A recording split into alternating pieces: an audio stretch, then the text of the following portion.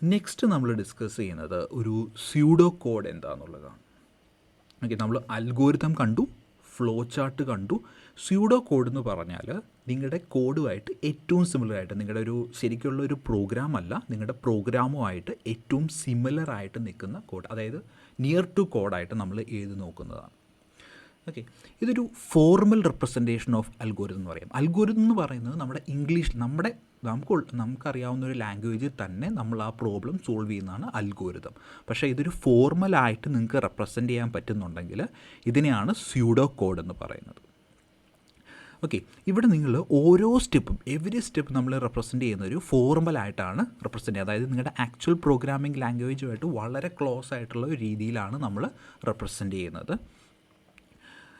അപ്പോൾ ഇതിൻ്റെ അകത്ത് സ്യൂഡോ കോഡിൽ each of the step will be written via operator and statements equivalent to some programming language instruction.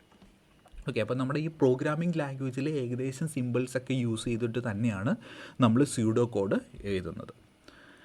അപ്പോൾ നമ്മുടെ പ്രോഗ്രാമിങ്ങിൻ്റെ എക്സാക്ട് സിൻടാക്സ് നമ്മൾ യൂസ് ചെയ്യുന്നില്ല, പക്ഷേ പ്രോഗ്രാമിംഗ് ലാംഗ്വേജായിട്ട് ഏറ്റവും അടുത്ത രീതിയിൽ തന്നെയാണ് നമ്മൾ എഴുതുന്നത്. അപ്പോൾ നമ്മൾ ആദ്യം ചെയ്യുന്നത്, നമ്മൾ പ്രോഗ്രസ് ചെയ്തിരിക്കുന്നത് അൽഗോരിതത്തിൽ നിന്ന് നമ്മൾ ഫ്ലോ ചാർട്ട് എത്തി.